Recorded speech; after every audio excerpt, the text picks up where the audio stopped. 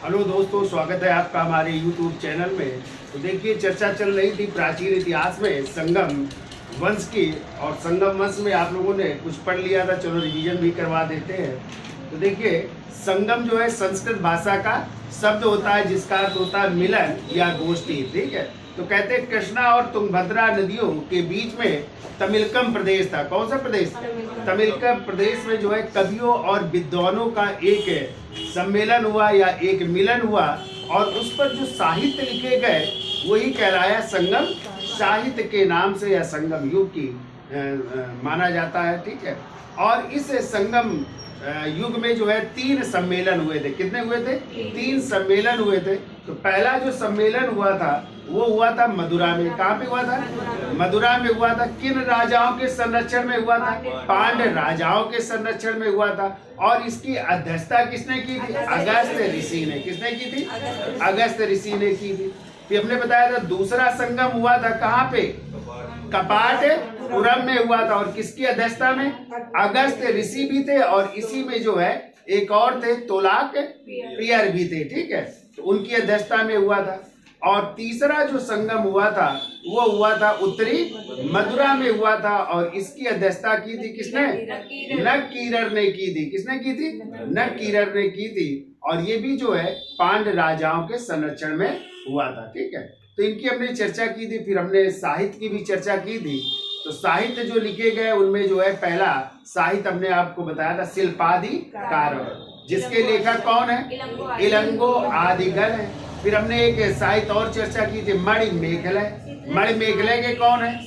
शीतलय सत्यनारायण। फिर हमने चर्चा की थी कुरल की। तो कुरल के कौन है? तिरुवल, हाँ, तिरुवल के देवर है। ठीक है, उसकी भी चर्चा की थी। और एक और साहित्य की चर्चा की गई थी, शायद नहीं लिखा है क्या, और वो है तोलाकपियम है। तोलाकपियम की चर्चा नहीं की गई है, तो वो साहित्य को भी लिख लीजिए। तो देखिए, तोलाकपियम है, और इसके लेखक हैं तोलाकपियर। कौन है? तोलाकपियर है। और पूछा जाता है ये कैसा ग्रंथ है। ठीक है, तो ये ध्यान रखिएगा, अलंकार और व्याकरण शास्त्र ग्रंथ है। देख लो, अलंकार एवं व्याकरण ग्रंथ है, और इसकी रचना हुई थी द्वितीय संगम में। ठीक है, द्वितीय संगम में इसकी रचना हुई। तो द्वितीय संगम जिसमें तोलाकपियर भी थे। ठीक है, तो उनकी जो है उन्होंने इसको लिखा था। ठीक है, तो ये भी याद रखिएगा, तोलाकपियम किसकी रचना है? तोलाकपियर की। और ये कैसा ग्रंथ है? अलंकार एवं व्याकरण ग्रंथ है, जो द्वितीय संगम में लिखा गया था। ठीक है, बताओ अच्छा, किस पुस्तक को जो है तमिल साहित्य का इलियड कहते हैं? शिल्पादिकारक। और आ जाए ओडिसी किसे कहते हैं? तो मणिमेखलय को कहते हैं। तो हमने आपको कहानी भी बताई थी, कोवलन और उनकी पत्नी कर्णगी, और बीच में एक और वेश्या आ जाती है माधवी, तो उनकी प्रेम कहानी है। और उन्हीं कोवलन और माधवी से उत्पन्न बेटी होती है जिसका नाम था मणिमेखलय। उसकी रचना जो क्या हो जाती? बौद्ध भिक्षु बन जाती है, बौद्ध भिक्षुणी बन जाती है, उसकी कहानी है। ठीक है, तो ये याद रखिएगा। अब देखिए, इसमें हमने बताया था संगम वंश में 3 राज्यों का उल्लेख मिलता है, और वो 3 राज्य कौन कौन से? चोल, चेर और पांड्य। तो चलिए पहले हेडिंग डाल लीजिए, चेर वंश। पहला हेडिंग डालिए, चेर वंश।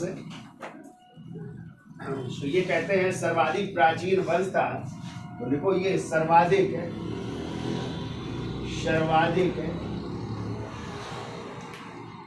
प्राचीन वंश, और इसकी जानकारी इतरे ब्राह्मण से होती है। ठीक है, जानकारी लिख लीजिए, इतरे आरण्यक, सॉरी, इतरे आरण्यक से होती है इसकी जानकारी।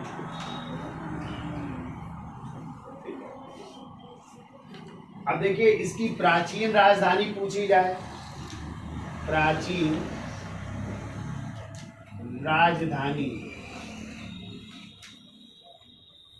प्राचीन राजधानी थी वज्र या करयूर थी, वाजी या करयूर है, ये प्राचीन राजधानी थी।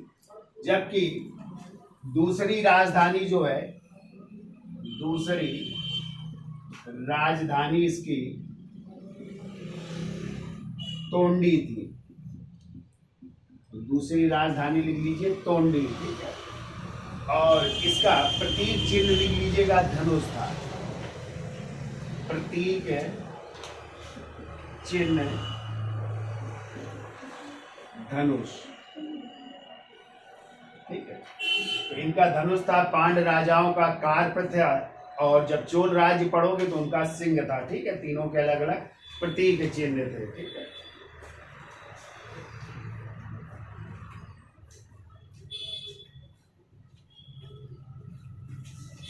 अब इसमें देख लो, इसमें आधुनिक तमिलनाडु,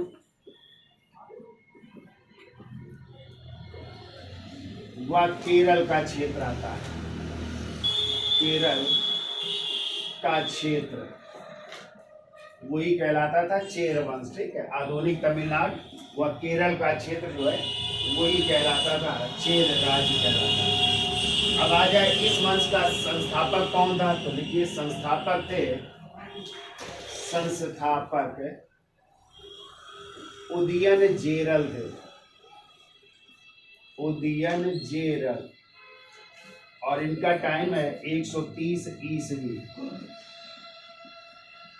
130 ईस्वी। और इनके बारे में कहा जाता है कि जब महाभारत का युद्ध हुआ था तो उसमें भाग लेने वाले सैनिकों को इन्होंने भोजन कराया था, ठीक है। तो लिख लो, महाभारत के ऐसा मिलता है, ठीक है। महाभारत के युद्ध में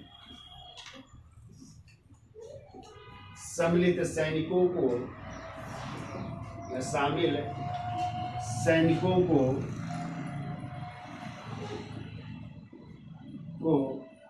भोजन कराया था, भोजन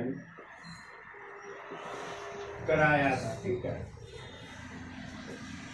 ये जानकारी। और कहते हैं एक बड़ी पाकशाला बनवाई थी, यानी जहाँ पे भोजन बनता था, ठीक है। बड़ी पाकशाला का निर्माण, बड़ी पाकशाला का निर्माण किसके लिए, भोजन के लिए, वो भी बनवाई। बहुत से लोग जो है इसमें भोजन कर सकते थे, उसका निर्माण करवाया, ठीक है। फिर इस वंश का जो महानतम शासक है उसका नाम है सेनगुट्टवन, सेनगुट्टवन, और इनका टाइम है 180 ईस्वी, ठीक है। तो कहते हैं ये महानतम शासक था इस वंश का, महानतम शासक, ठीक है। और इन्हीं के भाई थे जिनका नाम था, सॉरी, इनको लाल चेर भी कहा जाता है, महानतम शासक, और ये लाल चेर के नाम से जाने जाते हैं, लाल चेर के नाम से भी जाने जाते हैं, ठीक है। और इन्होंने एक पूजा प्रारंभ करवाई थी, याद रखिएगा, कर्णगी पूजा, कर्णगी पूजा प्रारंभ की। और कर्णगी पूजा को हमने बताया था पत्नी पूजा भी कहते हैं, कर्णगी पूजा या पत्नी पूजा प्रारंभ की। तो हमने बताया था कर्णगी किसकी पत्नी थी, हाँ, कोवलन की पत्नी थी, जो अपने पति के साथ क्या हो गई थी, सती हो गई थी, जिसकी कहानी है शिल्पादि प्रारंभ में। तो पूछा गया किसने कर्णगी पूजा या पत्नी पूजा को प्रारंभ किया था, इन्होंने जो है कर्णगी पूजा या पत्नी पूजा प्रारंभ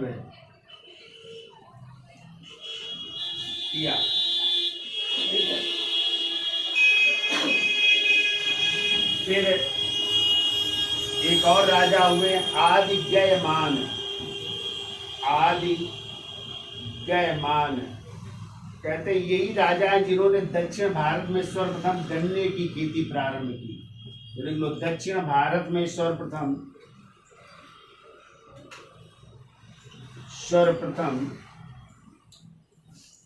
गन्ने की खेती प्रारंभ की। गन्ने की खेती प्रारंभ की। तो दक्षिण भारत में सर्वप्रथम गन्ने की खेती प्रारंभ की थी। ठीक है, तो इतने जो है ये मेन जो है चेर शासक है।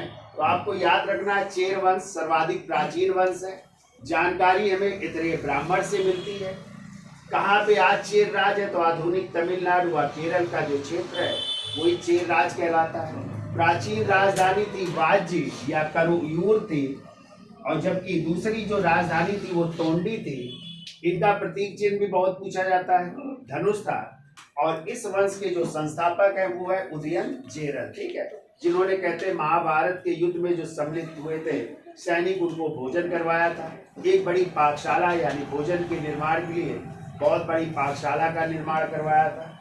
इसी वंश के जो महानतम शासक हुए उनका नाम था सेन गुट्टवन, जो लाल चेर के नाम से भी जानते हैं, लाल चेर भी कहते हैं। और इन्होंने कणगी पूजा या पत्नी पूजा को प्रारंभ किया था।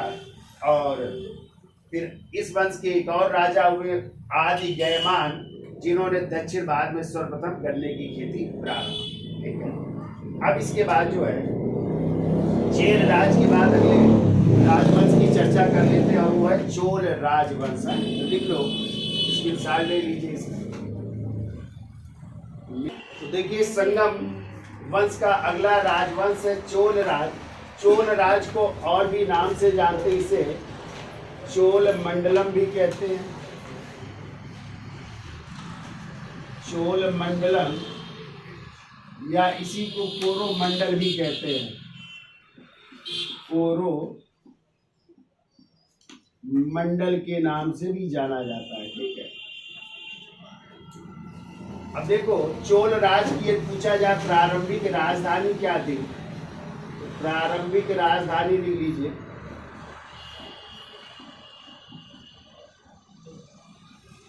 उत्तरी मलनूर थी। ठीक है, उत्तरी मलनूर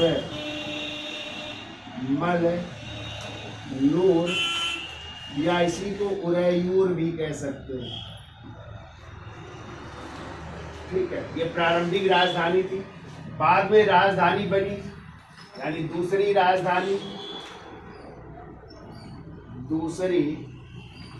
राजधानी बन रही है, जिसका नाम है पुहार।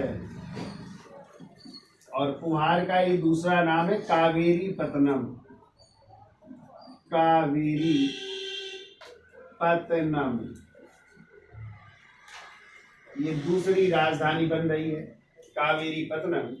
अब इनका राजकीय चिन्ह क्या था? देखो, राजकीय चिन्ह वो था बाघ या चीता भी कह सकते हैं। ठीक है, बाघ था या चीता भी कह सकते हैं। तो बाघ अलग है, चीता अलग है, लेकिन कहते हैं बाघ या चीता दोनों नाम मिलते हैं। ठीक है, और ये जो है इन दो नदियों के बीच स्थित था, पेन्नार और बेल्लार नदियों के बीच। ठीक है, तो देखो, चोल राज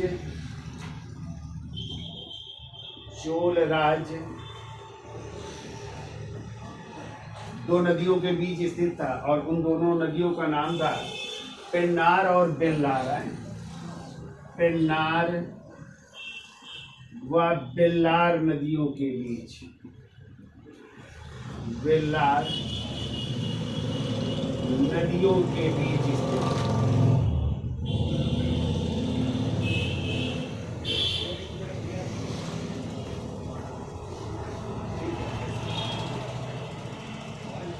तो लिख लो, राजनीतिक सत्ता का प्रमुख केंद्र। राजनीतिक सत्ता का प्रमुख केंद्र,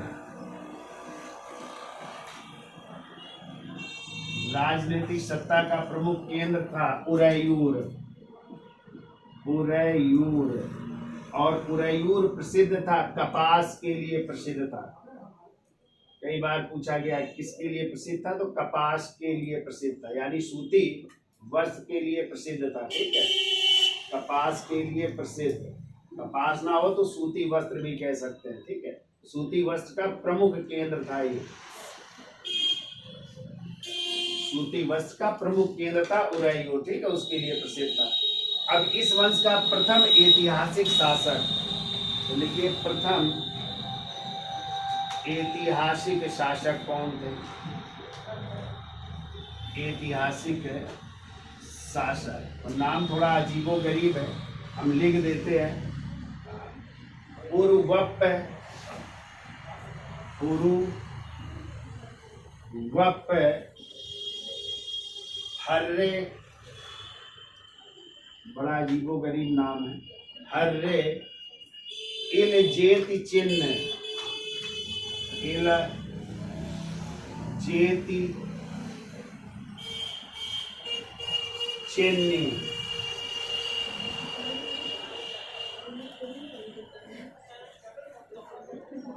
ये नाम है। ठीक है, उर्वप हर इल जेति चिन्ह था। ठीक है, और कहते हैं ये राजा था जो ये युद्ध में, लिख लो, यह राजा युद्ध में सुंदर रथों का प्रयोग करता था, सुंदर रथों का प्रयोग करता था, बड़े सुंदर रथों का प्रयोग किया करता था। ठीक है, फिर लगभग 150 ईसा पूर्व में, 150 ईसा पूर्व, या कह सकते हैं दूसरी शताब्दी ईसा पूर्व में, दूसरी शताब्दी ईसा पूर्व में यहाँ पे जो है अगला शासक बन रहा है इलारा नामक शासक गद्दी पर बैठे, गद्दी पर बैठे।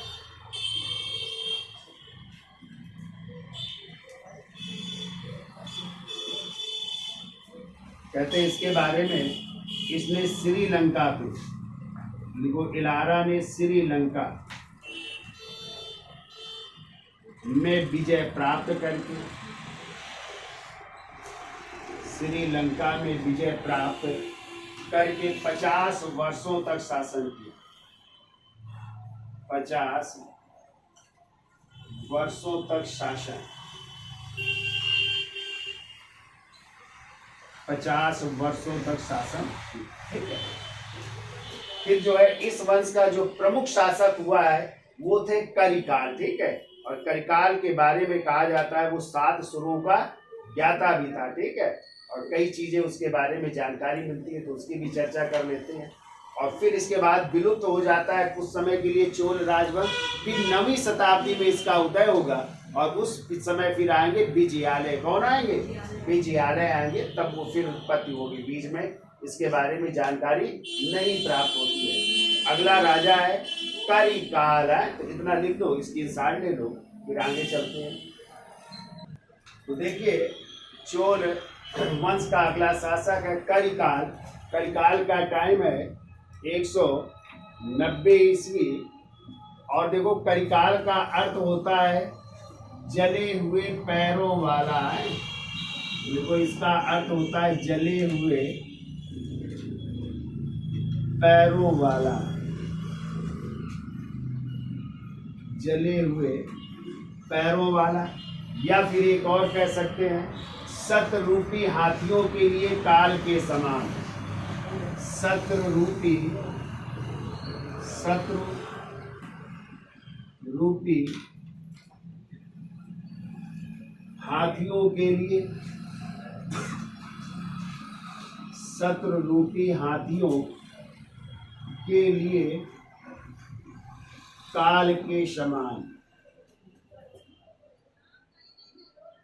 काल के समान। तो ये तो अर्थ होता है करिकाल का है। एक अर्थ हुआ जले पैरों वाला, और दूसरा इसका अर्थ होता है जो शतरूपी हाथियों के लिए काल के समान था, वही कहलाए करिकाल। ठीक है, अब देखो एक युद्ध होता है, और उस युद्ध का कहते हैं उसने पराजित किया था वैष्णव युद्ध, वैष्णव युद्ध। देखो करिकाल ने इस युद्ध में, करिकाल ने इस युद्ध में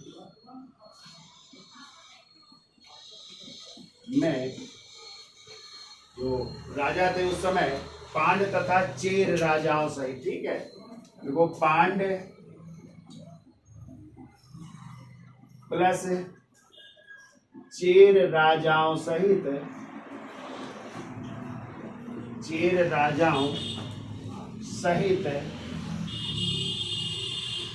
11 शासकों को पराजित किया था, या 11 राजाओं को पराजित किया था, 11 राजाओं को पराजित किया। तो ये युद्ध कहलाता है वैष्णव का युद्ध, ठीक है, इसमें पांड और चेर राजाओं को पराजित किया, ठीक है। फिर अगला पॉइंट को देखो, करिकाल, करिकाल 7 सुरों का ज्ञाता था, 7 सुरों का ज्ञाता था। 7 सुर कौन कौन से हैं? सारे गामा अपा धनी सा, तो इनका जो है ज्ञाता था, ठीक है, तथा वैदिक धर्मानुयायी भी था, वैदिक धर्मानुयायी भी था, वैदिक धर्मानुयायी था।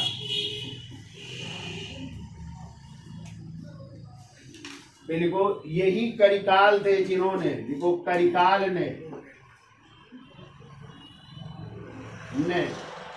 उरैयूर से, उरैयूर या उत्तरी मननूर से आए, उरैयूर से किसको राजधानी बनाया? कावेरी पत्तनम को, कावेरी पत्तनम को राजधानी बनाया, कावेरी पत्तनम को राजधानी बना रहा है, ठीक है। पहले राजधानी थी उरैयूर या उत्तरी मलनूर, उसके स्थान पर जो है उसने राजधानी बनाया कावेरी पत्तनम को, ठीक है। फिर देखो श्रीलंका की विजय के बाद, श्रीलंका की विजय के बाद एक बांध बनवा रहा है, बड़ा लंबा बांध है। तो श्रीलंका की विजय के बाद, श्रीलंका की विजय के बाद कावेरी नदी के किनारे, कावेरी नदी के किनारे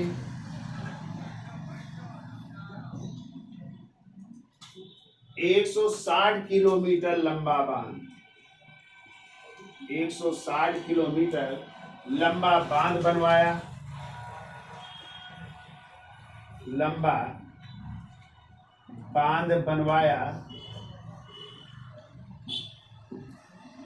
और गोदीवाड़ा, गोदीवाड़ा को कह सकते हैं, हाँ, बंदरगाह है या डॉकयार्ड भी कह सकते हैं।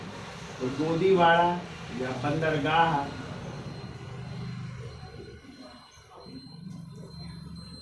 का निर्माण जो बहुत विशाल था, तथा गोदीवाड़ा या बंदरगाह का निर्माण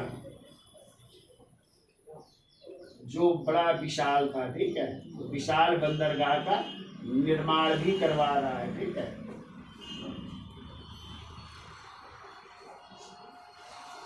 तो इतनी कहानी लिख लीजिए इन करिकाल के बारे में। तो करिकाल का अर्थ होता है जले हुए पैरों वाला, शतरूपी हाथियों के लिए काल के समान। और एक युद्ध हो रहा है वैष्णव युद्ध, जिसमें करिकाल ने इस युद्ध में पांड प्लस 6 राजाओं सहित 11 राजाओं को पराजित किया। करिकाल जो है 7 सुरों का ज्ञाता था और वैदिक धर्मानुयायी भी था।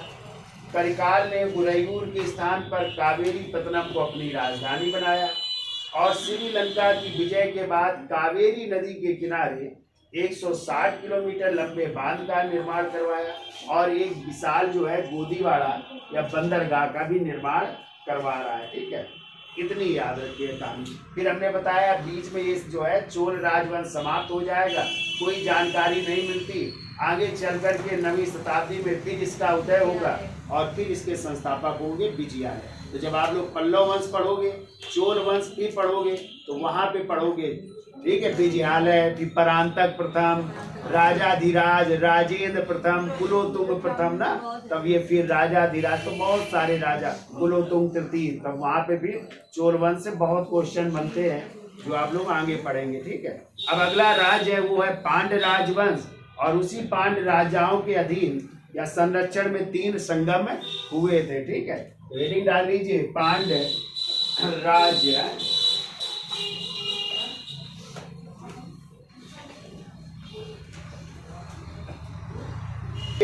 अगला तीसरा राज्य है संगम वंश का, वो है पांड्य राज।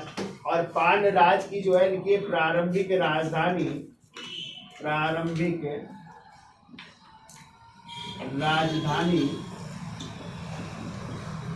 वो थी कोरकई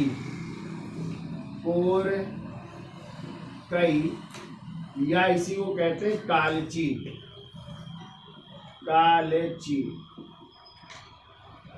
ये प्रारंभिक राजधानी थी, ठीक है। और कहते हैं कालची जो है बहुत पूछा जाता है किस लिए प्रसिद्ध थी, तो मोतियों के लिए प्रसिद्ध थी, ठीक है। यहाँ से मोती बहुत निकलते थे, तो लिखिए मोतियों के लिए प्रसिद्ध, मोतियों के लिए प्रसिद्ध थी कालची, ठीक है। फिर देखिए दूसरी जो मेन राजधानी थी, या दूसरी राजधानी लिखिए, दूसरी राजधानी, और वही थी मदुरै। दूसरी राजधानी थी मदुरै या मदुरई, ठीक है, जहाँ पे पहला संगम और कौन सा, तीसरा संगम हुआ था, ठीक है। तो वो राजधानी थी मदुरै। अब यदि आ जाए प्रतीक चिन्ह क्या था इनका, तो देखिए प्रतीक चिन्ह, पांड्य राजाओं का प्रतीक चिन्ह था कार्प। कार्प एक तरह से मछली थी, ठीक है, कार्प या मछली भी लिख लीजिए, ठीक है। ये प्रतीक चिन्ह था, तो तीनों के प्रतीक चिन्ह याद रखिएगा भी, ठीक है। बताओ चेर राज का क्या था, धनुष, और चोल राज का बाघ था, और इनका कार्प या मछली थी, ठीक है। अब देखिए पांड्य राजाओं का उल्लेख सर्वप्रथम किसने किया है, तो लिखिए अगला पॉइंट देखो, पांड्य राज का सर्वप्रथम उल्लेख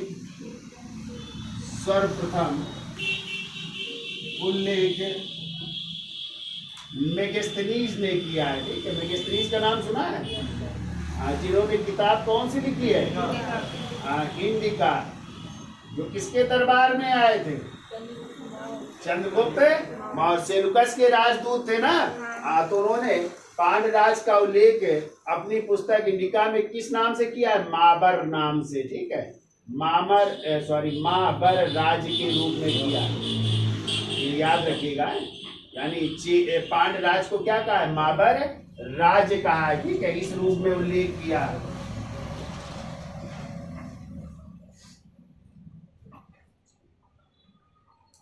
कहते हैं यहाँ की शासिका, ठीक है, यहाँ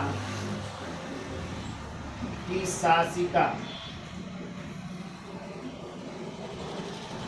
हेराक्लीज की पुत्री, हेराक्लीज की पुत्री, और पुत्री का नाम था पांड्या। क्या नाम था, पांड्या। तो यहाँ की शासिका हेराक्लीज की पुत्री पांड्या थी, और इसी पांड्या के नाम पर ही इस पांड्य राज्य की स्थापना हुई, ठीक है। तो पांड्य राज्य की स्थापना इन्हीं के नाम से, या इन्हीं के द्वारा जो है पांड्य राज्य की स्थापना की गई, ठीक है।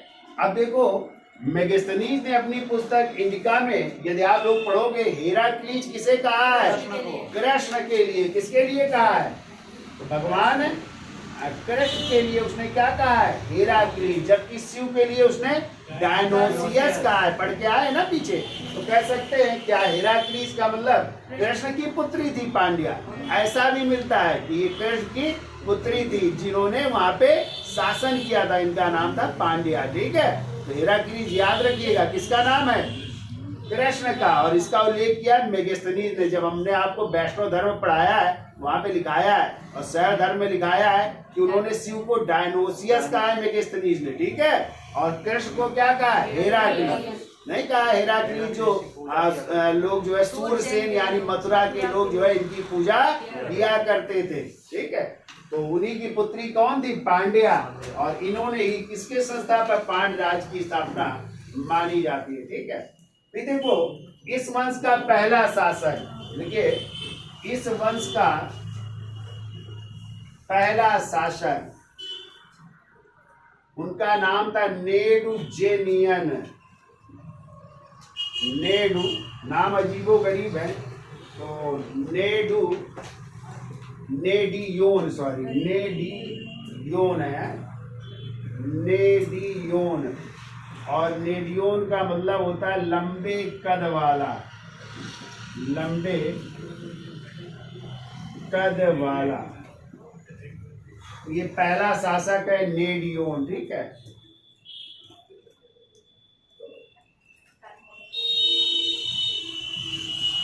और इन्होंने जो है समुद्र की पूजा प्रारंभ की। लिख लो, इन्होंने समुद्र की पूजा प्रारंभ की, समुद्र की पूजा प्रारंभ की, और पहरुली नदी को अस्तित्व प्रदान किया, और पहरुली नदी को अस्तित्व प्रदान कर रहे हैं, पहरुली नदी को अस्तित्व प्रदान किया। ठीक है, फिर इस वंश का शासक नेडुजेलियन था। तो लिखिए अगला शासक नेडुजेलियन।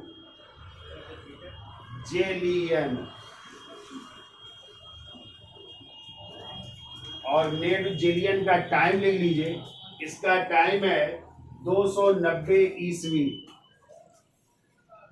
290 ईस्वी। ठीक है, तो देखो ये प्रसिद्ध पांड्य शासक थे, प्रसिद्ध पांड्य शासक, प्रसिद्ध पांड्य शासक थे। और इन्होंने तलैया लंगानम युद्ध में, तलैया लंगानम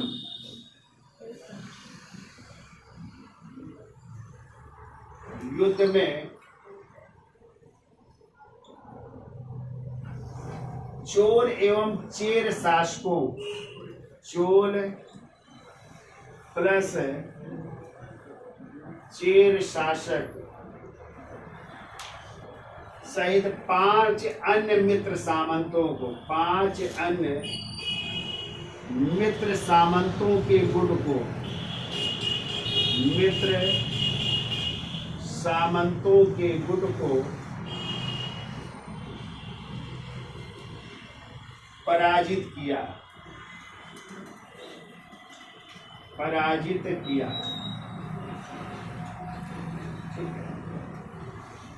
फिर कहते हैं नेडुजेलियन ने जो है रोमन सम्राट, देखो नेडुजेलियन ने रोमन सम्राट, और उस समय रोमन सम्राट थे आगस्टस, आगस्टस के दरबार में अपना दूत भेजा था, अपना दूत भेजा।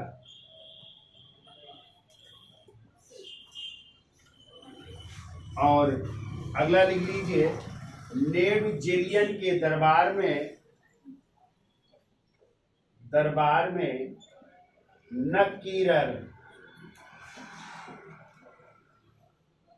नकीरर कामा मरुदन